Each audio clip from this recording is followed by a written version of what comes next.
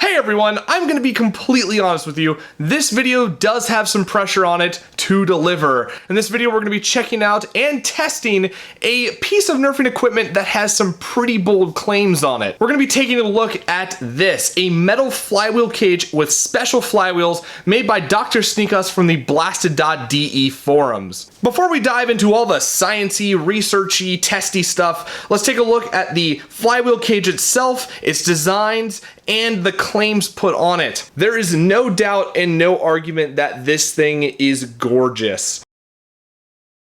Full CNC'd aluminum with a piece of 9/16 brass running through it. Why is 9/16 brass going through the flywheel cage? Someone a little while back posted on Nerf Haven, I think it was Nerf Haven, that having a brass extension added to the flywheel cage increased its accuracy. Does it actually work?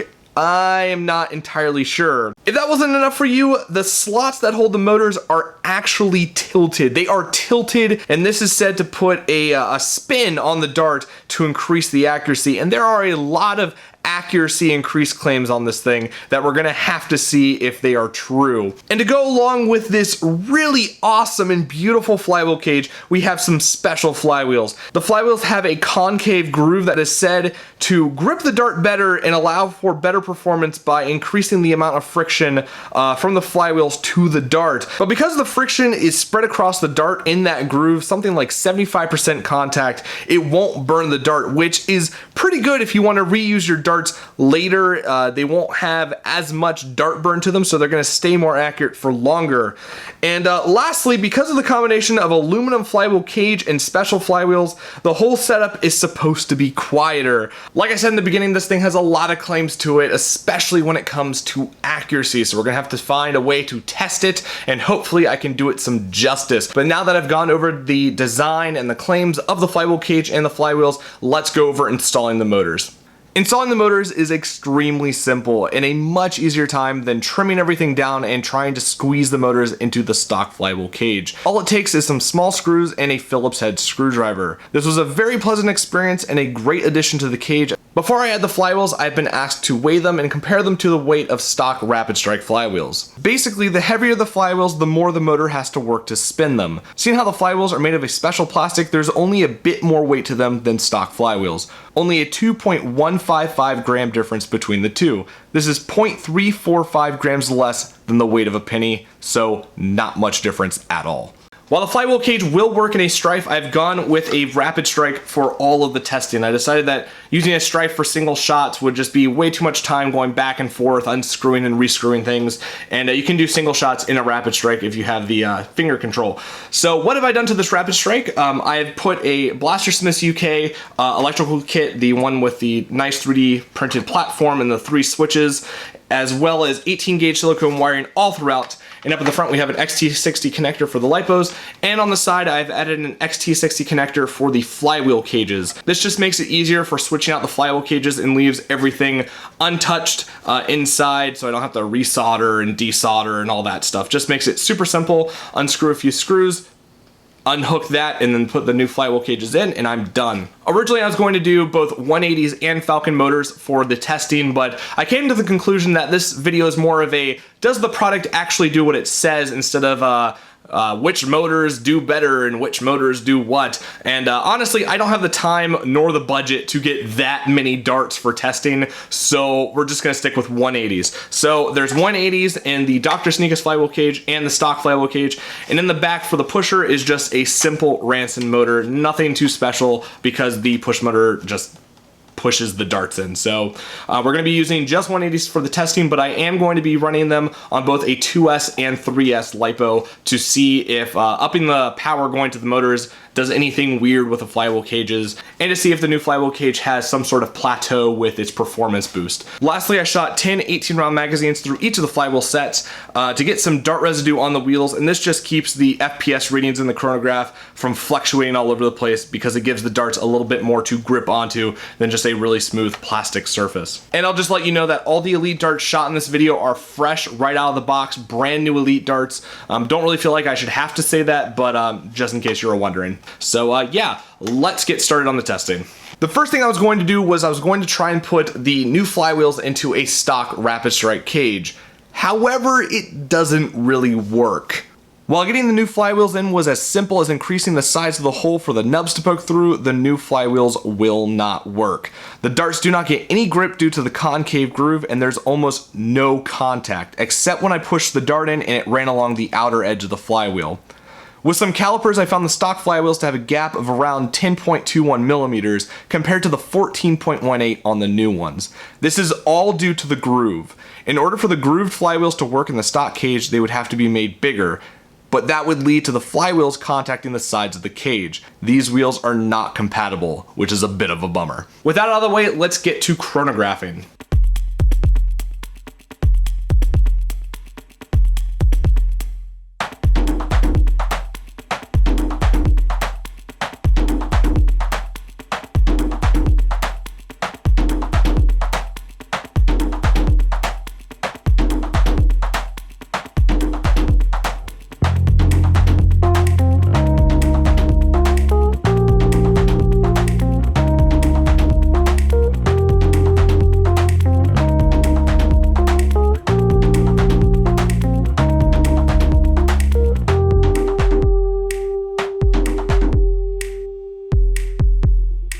Because of consistent bad weather and because my neighbors are working on their house, which is pushing stuff into the backyard, I cannot do the accuracy test outside, which is where I wanted to do it in the first place. I wanted to do this test over a distance of 10 meters, but we're going to be doing it with a distance of 8. For this test, I got a really big white box and I marked the center of the box, and then I put a piece of paper over the center and marked the center of the paper. The reason for the dot is so I can line it up in the middle of the Rapidstrike's iron sights and kind of have a consistent area to fire into. While this doesn't affect accuracy, it will make it a little bit easier to see the spread that the darts are doing. While firing the Rapidstrike, I'll be using its clip as a way to kind of anchor it and to keep it steady. This is better than me putting the Rapidstrike into my shoulder and trying to keep it consistent. This will allow me to have a sturdy platform and a great way to keep it from moving around, since I don't own a gun clamp or anything fancy like that. For the testing, I'll be using both a 2S and a 3S LiPo. With the 2S, I'll be doing one full clip of single shots and then 2 clips of full auto. For the 3S, because I don't have any diodes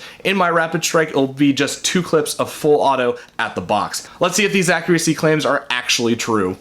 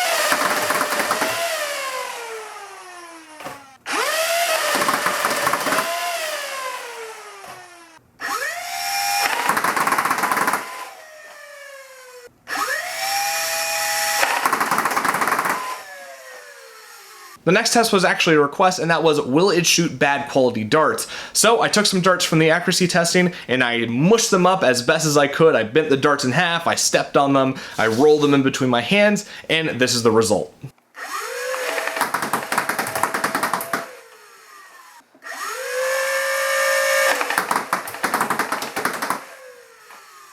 As you can see, it shoots pretty worn out darts just fine. And the last test is a dart burn comparison test. When a dart is fired through a flywheel blaster that has been overvolted and overhauled, it will get this scorch mark, or burn mark as I call it, which will really affect the accuracy. So I wanted to see how much of a difference there was between a stock flywheel cage and the new one.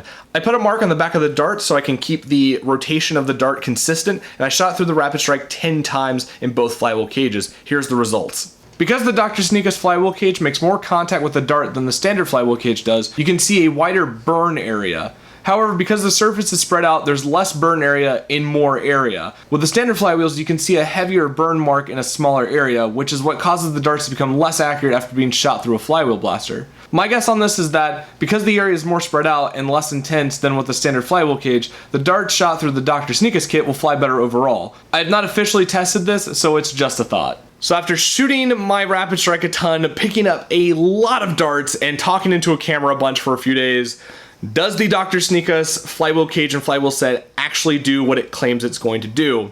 If you've been paying attention to the video, you will know that the answer is yes. Surprisingly, it does basically everything it says it's going to do. When I first got this, I was so skeptical that it would do everything, but I'm amazed that it actually does. So you get an FPS boost up to about a 3S LiPo, because that's where things kind of just start plateauing off. The accuracy is increased. I don't know if it's the canted flywheels or the brass or a combination of both. During the accuracy test, I bet you could tell the difference between the metal cage and the stock cage just from sound alone. And that's actually how I sorted out the files, was just through sound.